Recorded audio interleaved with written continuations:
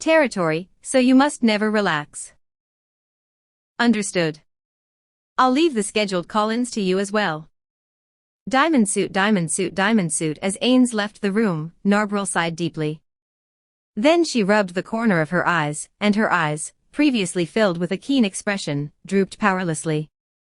Her face looked completely relaxed. Even her ponytail seemed to have lost its energy, and hung limply down. However, she still recalled her Supreme Master's orders. Though Narbril was dying to look around outside the room, she was a magic caster, and had a lot of trouble replicating the feats of thieves. Therefore, she used the skills she was familiar with to make up the shortfall. Rabbit's ear. A pair of adorable bunny ears grew from Narbril's head as the spell was cast. The quivering ears immediately picked up all the sounds around her. This was one of the 3 spells known as bunny magic to the players of Yggdrasil.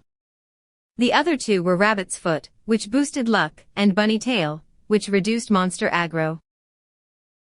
Casting all 3 of these spells at once would change the appearance of a female character's clothing, and so they were very popular.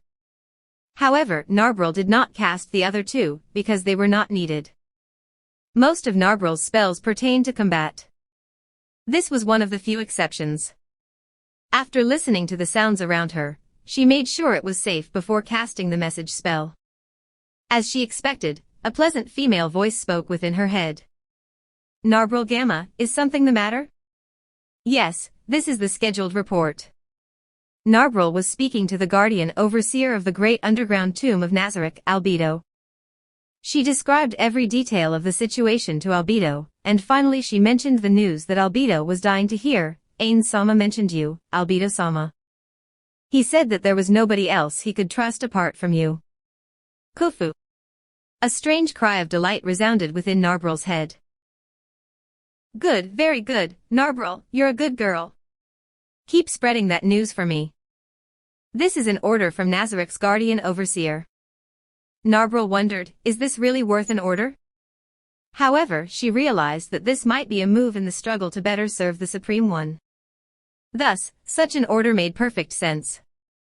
Just as Narbril was about to express her doubts, she heard Albedo's excited voice once more. I'll slowly decrease the distance between myself and Ain-sama, while Shaltir is out on business. Although the objective is hard to breach, as long as I keep up the pressure and gain a beachhead, I'll be able to bring it down one day. On that glorious day, Shaltir will weep bitter tears of regret. Albedo's cry of delight made Narbril furrow her brows. That excited voice was starting to annoy her. With a voice that suggested she might burst into dance at any moment, Albedo continued babbling about what she would do next and how things had to be, and then suddenly, she asked in a calm voice, still, why are you helping me? Why did you choose me and not Shaltir? Could it be that you want something from me? The answer is simple. If someone asked me whether Albedo-sama or Shaltir-sama was more suitable to sit beside Ain-sama, I would definitely answer with your name, Albedo-sama. Kufu. Wonderful.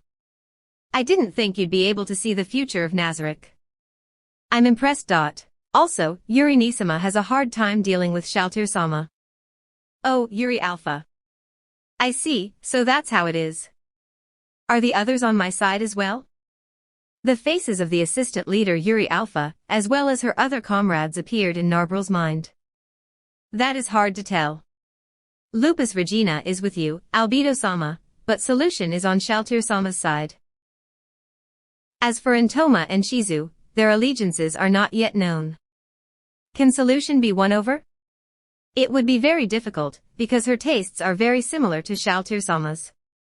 Oh, I see, what crude hobbies she has. Narbril agreed with Albedo's words. She had no idea why Solution liked what she did, and she could not help but tilt her head in puzzlement. Although all human beings were inferior life forms, with one exception, none of them had the hobby of tormenting humans. However, they would kill any humans who got in their way, even if doing so was tedious. That said, they would not go out of their way to kill them. Well, it can't be helped. Then, move quickly and bring the other girls into my camp. Start with Intoma and Shizu. That should be fine. Solution and Intoma both like eating humans, so if we bring Intoma to your side, Solution might end up becoming an ally as a result. That's right, I've got it. Then, on to something else. Can you tell me in detail what my beloved Ain-sama has been doing? Yes, I understand. The scheduled communication with Albedo ended up being very heated. When Albedo heard Narbril and Ains were sharing a room, she made strange noises and kicked up a fuss, to the point where she had to cast the same spell 4 times. Ains was mildly annoyed when he returned, but that is a tale for another time. Part 3. Sensing something like a color upon the wind, Britta sniffed several times, like a dog. She was not mistaken, the air contained a greenish scent. This odor came from mysterious drugs and crushed plants. The smell told Britta that she was at her destination. Britta continued forward, to a place where the smell was stronger than just now. Peering left and right, she walked on until she was in front of the largest house. This house was different from the others around it, which were designed with a shop area in front and a work area in the back. It seemed to have been built from the ground up as a workshop. She knew that she had arrived from the sign that hung above the door and outside the place. The bell mounted on top of the door rang surprisingly loudly as she pushed open the front door. After she entered, she found herself in something that looked like a guest lounge. There were 2 facing benches in the middle of the room, cabinets of books on the walls, and ornamental plants in the corners of the room. As she stepped into the lounge, a voice called out, "Welcome." It was a male voice, though it sounded too young to belong to a man. Looking around, she saw a teenage boy standing before her, dressed in a beat-up set of old work coveralls that were stained with juices from crushed plants. His blonde hair covered half his face, so it was hard to guess his age, but from his height and his voice, he should be in puberty. Although he was a teenager, Britta could still guess his name. Apart from the fame of his grandmother, he had become one of the few notable people in Irantal by virtue of his innate talents. Infiria Barry-san? Yes, that's me. The boy Infiria nodded and asked, "May I know what business you have here?" "Ah, yes. Hang on a bit." Britta retrieved the folded slip of paper the innkeeper had passed her, and gave it to the boy. Upon receiving the piece of paper, Infiria opened and read it. "I see, so that's what's going on. Then, can I see the potion?" Britta took out the potion and handed it to Infiria, who brought it so close to himself that his hair covered it. The atmosphere changed. Infiria swept his hair away, revealing a handsome face, which would surely break the hearts of many girls. However, within that youthful face of his was a pair of steely eyes. It was hard to imagine that someone who spoke and acted like he did could have eyes like that. Those eyes sparkled with excitement. Infiria shook the potion bottle several times and nodded. "Forgive me, it's not convenient to speak here. Could you follow me inside?" Britta agreed, and under Infiria's guidance, she soon arrived at a messy room. Still, she thought that way because she lacked professional experience. On the table were round-bottomed flasks, test tubes, distillation equipment, mortars, funnels, beakers, alcohol lamps, balances, a bizarre-looking pot, and various other items. The shelves on the walls were filled with mysterious herb and mineral samples. An acrid odor hung in the air. It seemed potentially dangerous to one's body. The person who was already within the room stared at the 2 people who had barged in. She was a very old woman, and both her face and hands were heavily wrinkled. Her hair, which reached to her eyebrows, was pure white. Her work clothes were stained with even more green residue than Infiria's, and she smelled heavily of grass. Infiria, who had just entered, called out to the old lady, "Granny. What is it? What is it? I can hear you even if you don't shout. My ears are sharp, you know." Infiria only had one grandmother, who was renowned as the greatest herbalist in this city, Lizzie Berar. "Come take a look at this."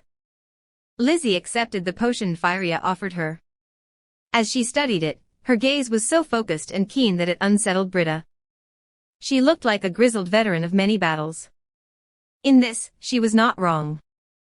Herbalists needed to use magic when making their potions and medicines, and the more famous the herbalist, the higher the tier of magic they could use. Therefore, the greatest herbalist of Irantal, Lizzie Berar, was a much better combatant than Britta. This potion, did you bring it here? A legendary potion? No, could it be God's blood? What on earth is this potion? Britta's eyes went wide, thinking that's my line. Impossible, this potion. Where did you get it from? A ruin? No that. What a shrinking violet you are. Just give me a straight answer. Where did you get it from? Did you steal it? Britta's shoulders shuddered in surprise. She had done nothing wrong, yet she felt like she was being rebuked. Granny, don't scare her. What are you saying, Firia? I didn't scare her at all, right? No, you did. Britta wanted to say that, but instead she gulped and simply told Lizzie the full story about the potion. Someone else gave it to me as payment. Huh? Lizzie's eyes became even more stern. Wait a minute, Granny. Britta-san, could you tell me who gave it to you? And why was it given to you? With Nfiria's help, Britta explained simply that she had received the potion from a mysterious man in full plate. As Lizzie heard it, more furrows sprouted on her wrinkled face. Did you know that there are 3 kinds of potions? Without waiting for Britta's reply, Lizzie continued, the first kind are potions made from herbs alone. Those potions act slowly, and all they can do is improve a person's natural recovery. While they're not very effective, they're very cheap. The second kind of potions are made with herbs and magic. These potions take effect faster than the first kind, but they still need some time to work. Most adventurers use these potions to recover after a battle. The final kind of potion is made solely from magic. Essentially, one infuses a spell into an alchemical solution, and it takes instant effect. These potions are functionally the same as a spell, but they are correspondingly more expensive. Then, which of these 3 kinds does that potion of yours belong to?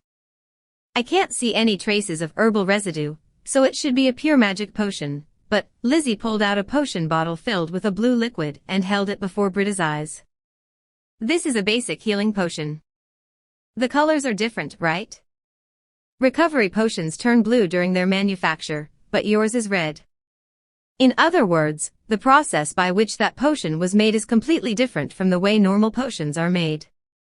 In other words, your potion is pretty rare, and for all we know it might end up revolutionizing modern potion creation methods. Well, you might not realize it for a while. After saying that, Lizzie cast a spell, appraisal magic item. Detect enchant. After casting the 2 spells on the potion, a look of shock and anger appeared on Lizzie's face. Cuckoo. Fwahaha. Suddenly, crazed laughter echoed through the narrow room. Lizzie slowly raised her head, a terrifyingly mad smile on her face.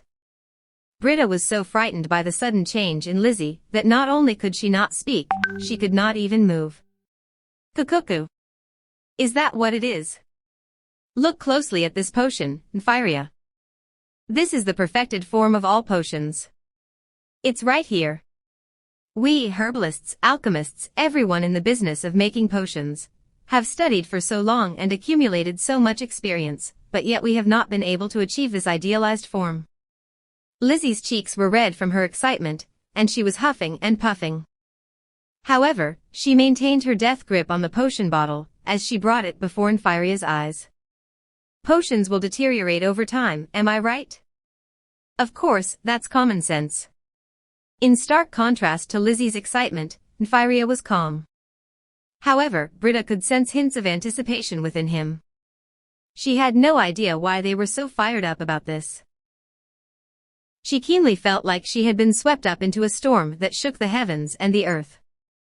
To think she had brought a potion here that could put such an excited look on the face of Irantal's greatest herbalist. Pure magic potions are made from alchemical solutions. Those solutions are refined from a mineral base, so it's only natural that the quality of the solution will degrade over time. That's why you need to cast the spell preservation on it.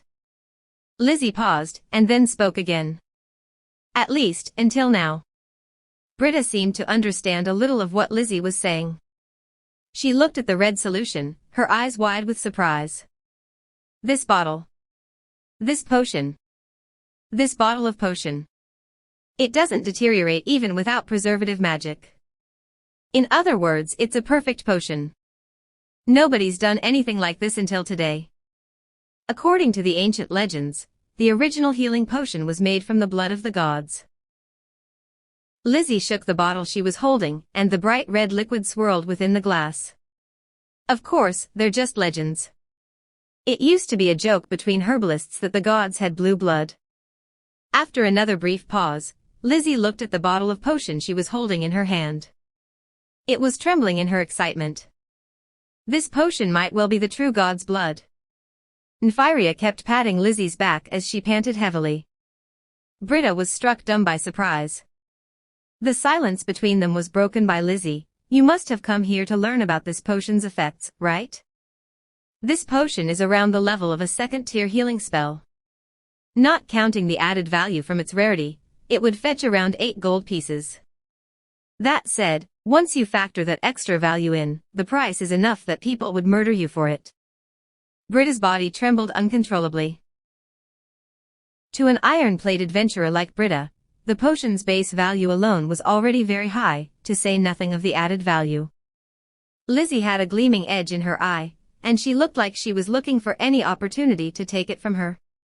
Even so, Britta had her doubts. Why would that man in full plate armor give her that potion so easily? What sort of man hid under that armor? Just as countless doubts appeared in her heart, Lizzie asked, "How about selling it to me? I'll give you a good price for it." "How about 32 gold pieces?" Britta's eyes went even wider. The price Lizzie had just quoted was a staggering sum. Frugally used, it was enough for a family of 3 to live on for 3 years. Britta was confused. She knew the potion was incredibly valuable. Then, was selling it for 32 gold pieces the right thing to do? It seemed unlikely that she would ever be able to lay her hands on another potion like this again. But if she refused, would she make it back alive? After seeing Britta's hesitant face, Lizzie shook her head and proposed another deal. Part 4. The next morning, Ains, also known as Mammon, opened the guild's doors once more. The first thing he saw as he entered the room was the counter, where 3 of the guild's receptionists greeted the adventurers with smiles on their faces. There were warriors in full plate armor, nimble fellows in light armor, and bearing bows, people in priest's garb and adorned with all manner of holy symbols, as well as robed arcane magic casters with their staves. On the left was a large door, and on the right was a notice board. There were several pieces of parchment upon it which he had not seen yesterday. Several adventurers were chatting in front of it. Annoyed by that sight and the many sticking out pieces of parchment, Ains moved forward to the counter. The eyes of everyone present focused on the copper plate around Ains' neck, and he could feel those eyes sizing him up from head to toe. It was just like yesterday at the inn. Ains was surveying the adventurers in turn. They wore gold and silver plates on their necklaces, with no copper plates. Feeling vaguely out of place, Ains advanced to the counter. A group of adventurers had just departed, freeing up one of the counters. He stepped forward and said, "Pardon me, but I'm looking for work." "Then, please select a piece of parchment from over there and bring it here." Ains nodded in silence, feeling as though his non-existent sweat glands were now recovering some of their function. He arrived before the notice boards, looked across all of them, and then nodded. "Yup, I can't read any of them." One of the laws in this world was that spoken language was automatically translated, but written text was not. The receptionists walked him through everything the last time he came to the Adventurers Guild, so he had assumed they would do the same this time too. How naive. He wanted to scream "ah" and roll around on the ground, and then his emotions suddenly calmed down. Grateful for this property of his new body, Ains frantically racked his brains. While the literacy rate here was not high, it would be shameful if his inability to read was discovered by others. They might even look down on him. The translation item that Ains possessed was now in the hands of Sabas. During Yggdrasil he had ignored spells of that sort, and had not learned them. After all, he had scrolls, which could substitute for learning those spells. He cursed himself for a fool, for coming out without making preparations despite knowing that he could not read the language. Still, there was no point crying over spilt milk.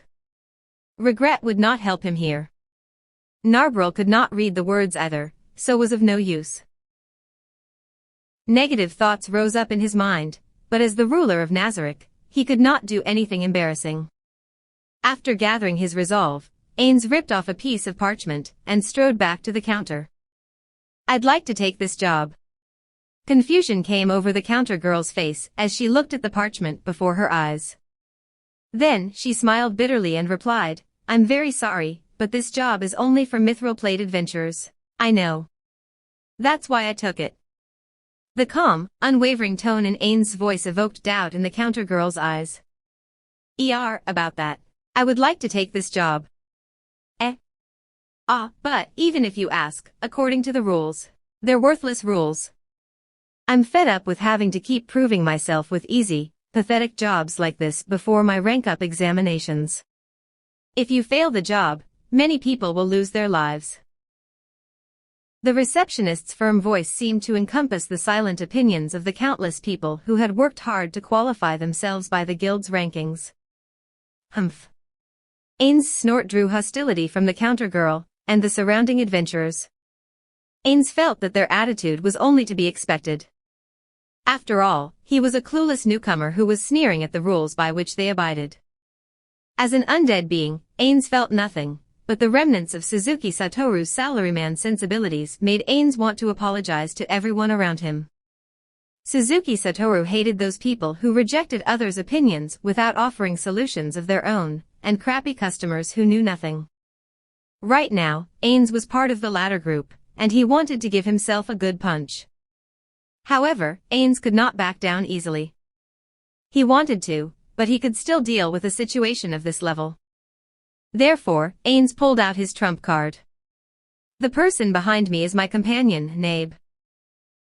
She is a magician of the 3rd tier." The air shuddered with a collective gasp, and everyone looked at Narbril in surprise. In this world, 3rd tier spells were the highest which most magic casters could reach.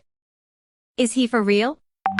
The eyes of the surrounding people shifted to Ains' stylish full-plate armor, dubious of his claim. Adventurers wore equipment which matched their abilities. The stronger they were, the better the gear they outfitted themselves with. Ains' armor was very eye-catching and he traveled with a woman like Nabe, both of which were very persuasive. Noticing the changes around him, Ains cheered inside his heart, and decided to strike while the iron was hot. "I, personally, am a warrior of comparable strength to Nabe. I am very sure that a job like that would be a trivial task for me." The receptionist and the other adventurers were not as surprised in comparison to just now. They seemed to be looking at Ains with different eyes. "We did not become adventurers to do jobs for a few pieces of copper. I wish to take on a higher-ranked job. If you wish to see our strength, I will be more than glad to show it to you. Therefore, can we take this job?" The hostility towards them was fading rapidly, and there were whispers of, "Indeed, that's right, and no wonder." After all, the rough men called adventurers valued strength, and they understood what Ains was trying to say. However, the counter girl was a different matter. "I am very sorry, but we cannot let you take this job due to the rules." The receptionist lowered her head in apology, and Ains took a victory pose in his heart. "Then it can't be helped, it seems I've put you in a difficult position," Ains replied as he nodded in apology. "Then, help me pick the most challenging copper plate job then. There should be others besides the ones on the notice board, right?" There are, I know." The receptionist stood up, and just as Ains was about to cry tears of joy at his absolute victory, a man's voice reached his ears. "How about helping us with our work then?" "What?" He had reflexively responded in a low, threatening tone. Ains looked over, but all saw was a 4-man adventurer team, their silver plates glittering on their necklaces. Ains grumbled internally, after all the effort to misdirect them, and turned to face those people. "The job in question, it's a worthwhile assignment, right?" Well, I feel it's worthwhile." The person who responded was a man who looked like the team's leader. He wore some sort of banded armor, strips of metal woven together with metal threads over a leather or chain backing, and carried himself like a warrior. Should he join this man's team and work with them? Of course, he could decide after hearing them out, but then there was no telling if the receptionist girl would help them pick a job after he spoke with them. However, if he took their job, there would be a chance to build relations with them and obtain useful information. Several seconds passed. Ains slowly nodded. Worthwhile jobs are exactly what I seek. Then, let us work together. However, I would like to ask what sort of job it is. After hearing his response, the men asked the receptionist to prepare a room for them. It looked like a meeting room, with a wooden table lined with chairs in the middle. The men streamed in and sat down. Please have a seat. Ains did as he was told, and Narbril silently took a place beside him. The men were all quite young, probably under 20, but there was no childishness in them, and they possessed a maturity which did not match their ages. Although they seemed to have seated themselves randomly around the table, judging by their distance and positioning, they could draw their weapons at any time. This unconscious display must have been a habit born from countless close encounters with death. Before we begin discussing the job, let us introduce ourselves. The speaker was the man who looked like a warrior. He had the typical blonde hair and blue eyes of the kingdom, and while there were no other distinguishing features on him, he looked quite handsome. I'm the leader of the Swords of Darkness, Peter Mock. That fellow over there is the eyes and ears of our team, the Ranger Lukrut Volve. A leather-armored blonde man nodded in acknowledgement, and his brown eyes seemed to have a spark of delight in them. He was slender and long-limbed, kind of like a spider, but his lean torso was wiry and muscular. Next is our magic caster and the brains of our group, Ninya, the spellcaster. Pleased to meet you. He was probably the youngest person in the group, with dark brown hair and blue eyes. Though he was an adult, the smile on his face looked too youthful. Unlike the tanned skin of the group's other members, his skin was pale, and his face was the prettiest of the groups.